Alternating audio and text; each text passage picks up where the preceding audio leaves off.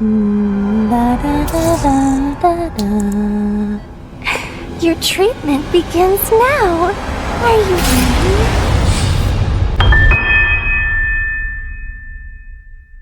Meet Lechesis, the pirate's go-to underground doctor who looks like a sweet smiling nurse, but is actually a total psycho with a giant scythe. He's the newest Benediction flame character and she doesn't fight alone. Her healing bot Little Spring is the real MVP keeping the team alive.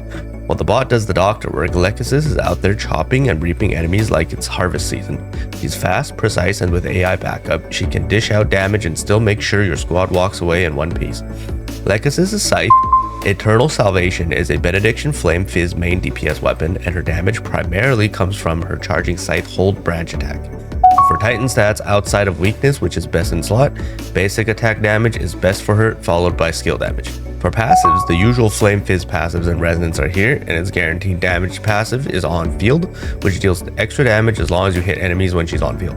Lechesis, being a Benediction character, also has some unique passives. He does a small amount of flame damage to nearby targets every half second starting from the moment you enter combat. Great for maintaining combat status, but doesn't really help you AFK farm by herself, since the passive damage stops when you run out of targets and leave combat. Lechesis also has a second unique passive which lets Little Spring, her heal bot, the actual healer, to do an AoE heal wave every 5 seconds. This is the only part of her kit that heals the team and qualifies her as a healer. Meanwhile, Lechesis herself is purely a main DPS damage dealer. Her basic attacks are pretty standard, with multipliers scaling up every hit, ending with the 5th hit doing the most damage. So make sure if you start the basic attack combo to always finish it and land that 5th hit. The ground combo is the go-to choice of basic attacks, as her aerials have less damage, and can't combo into her branch attack hold, her bread and butter damage dealing method. Branch attacks, she actually has 2 depending on at what point of her basic attack combo you decide to hold the attack button. If after the first or second hit you start holding, she will do Wraith Dash, where she throws and spins her scythe forward. If you hold attack after the third basic attack, you will instead charge forward and swing the scythe in a circle. Both of these do okay amounts of damage on their own, but are not worth casting over just finishing the basic attack chain and landing that 5th hit. However, the first branch attack, Wraith Dash, is the only way to combo into her multi-stage charge hold attack unlocked after casting her skill, so make sure to get comfortable with spamming the first branch attack. Lechesis' dodge attacks consist of the usual directional and non-directional variants. Both are irrelevant in terms of damage and should never be used for any reason, so we're moving on to her skill.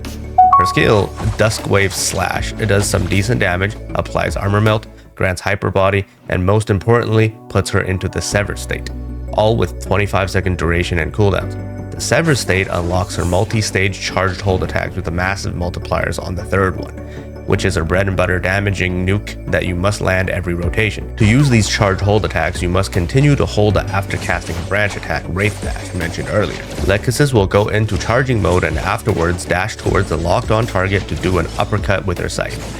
After casting the first uppercut, you unlock the ability to 2-charge, so do another Wraith Dash and continue to hold.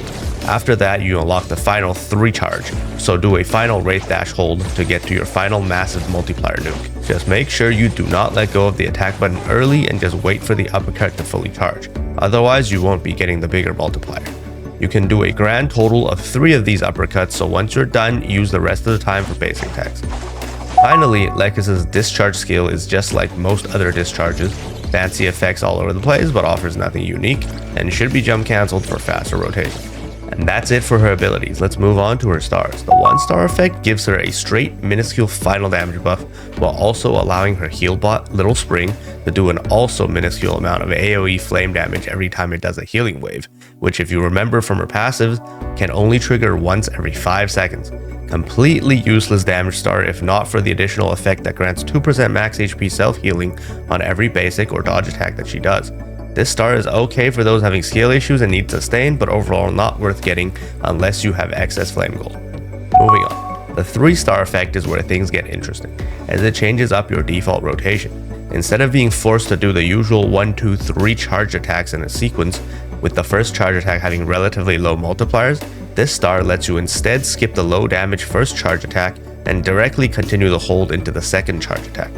This allows you to get to the third charged uppercut much faster, and have more time to do an extra full basic attack rotation, increasing your damage per rotation significantly. Furthermore, this star also allows Lechesis' heal bot to overheal up to 30% of max HP and turn it into shield, further enhancing survivability. The 5-star effect is again another minuscule final damage increase, but is crucial for support mains, as it increases the frequency of Little Spring's healing to once every 3 seconds instead of 5, which is also a slight damage increase due to her 1-star effect doing damage every time it heals. The more important effect though is the massive all-elemental damage buff that she grants the whole team when they get healed by Little Spring when under Benediction resonance, making Lechesis another must-have Benediction character for team content. Finally, the 6-star effect is your usual whale damage increase star, giving her a significant straight flame damage boost, but again, more importantly for Benediction mains, gives her skill and charged uppercuts a 16% execute, which is 1% more than that of Synesthesia Fiona, making her a hard requirement for whale speedrun teams. In conclusion, her recommended meta stopping point stars are just 0 or 6. 1-star is negligible, although nice to have for self-heals. 3-star does change rotation, but it's additional damage and some shielding. 3-star does change rotation, but it's just additional damage and some shield. 5-star is really nice for supports with the team buff, but why not go 6 if already at 5 for the execute as well? Now, let's take a look at our matrices. The 2-piece set is a big increase to all elemental attack, and the exclusive effect increases her damage multiplier significantly on her 3rd charge uppercut, further emphasizing the importance of the 3rd hit. There's also a 25% increase to her healing because Benediction character. The 4-piece set is also a very simple final damage buff, and when not in Benediction resonance, the 4-piece gives some additional all-elemental damage, and while in Benediction, the whole team gets a final damage buff that scales with their highest elemental base attack, up to a cap.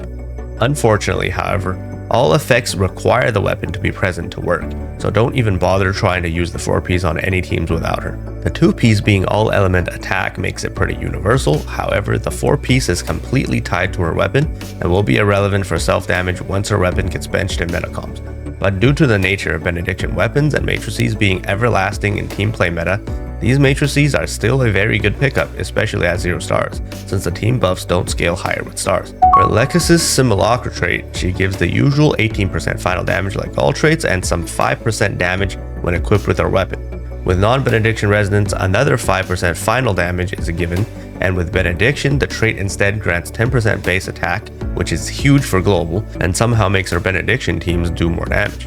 This trait is also somehow worse than the previous flame character Azurata's trait, which gave 14% additional flame compared to the 5% flame and 5% final damage.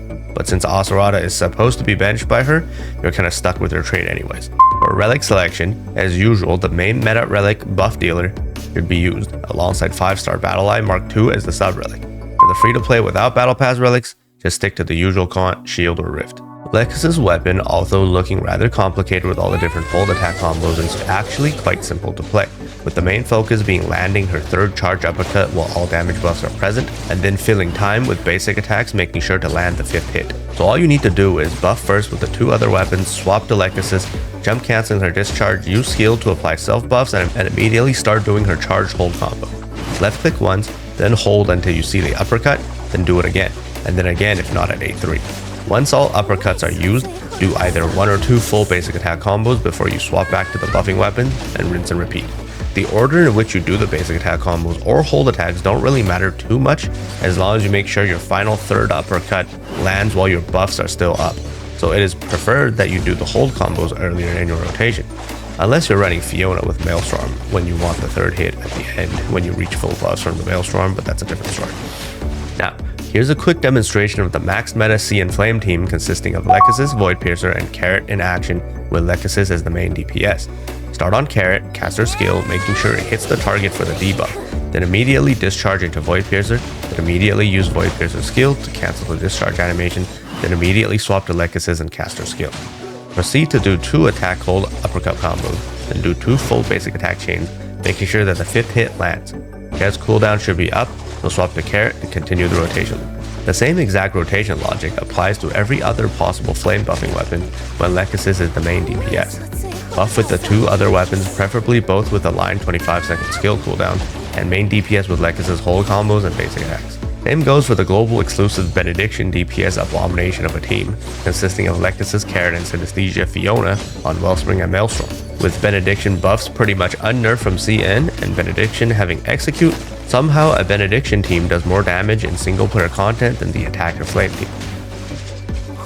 But yeah, that's it for Lechesis. As the new main DPS for Flame, and also the brand new team damage support character with an execute on A6, Lechesis definitely is a must-have for meta chasing Flame mains and Benediction mains alike. Her rotations are also quite fun and satisfying to see the HP bar go down in chunks, as long as you don't miss, that is. But what do you think? Is Lechesis book reading dorm interaction enough for you to pull her? Or are you going to stay coping with Azarada since she got nerfed post-test server? Let me know your thoughts in the comments below. That's it for this kit review. Don't forget to like, subscribe, and hit that notification bell for more. Good luck on your pulls for Lechesis, and see you in the next one.